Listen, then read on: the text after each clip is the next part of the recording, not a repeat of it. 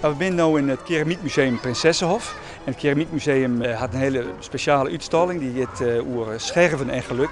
Maar Joert hebben wij een soort bennetrouwerij. Dus Ben hebben we uitnodigen om dan Joert te trouwen met hun paken, beppen, heidmem of hun knuffel of wat dan ook. Dat mij ze zelf wel weten.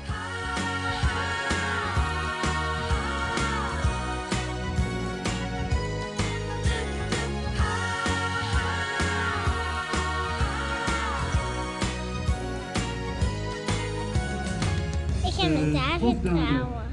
Is dat je vriendje? Dus we gaan nu En waar? Ja? Ja, want wij hebben elkaar gevonden op school. We zitten bij elkaar in de groep.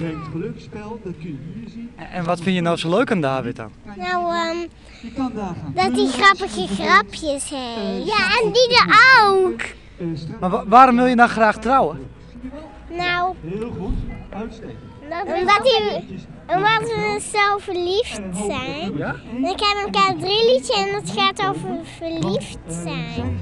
Daarom word ik steeds verliefder. Had jij ooit al eens zo een heerlijk gevoel? Een hoofd dat draait en een huid die tintelt, je loopt op wolken. David, wil je dan wel nu zogenaamd met die de trouwen? Zogenaamd, ja? Ja. Ja. Oh, heel goed, dat komt er heel trefzeker uit. En Diede, wil jij ook zogenaamd met David trouwen? Ja. Nou, dan zijn jullie vandaag nu zogenaamd getrouwd. Dus je mag elkaar een hand geven, maar een kusje mag van mij ook. Ik wil jullie nergens toe dwingen. En Was jij al ooit zo verliefd, helemaal verloren?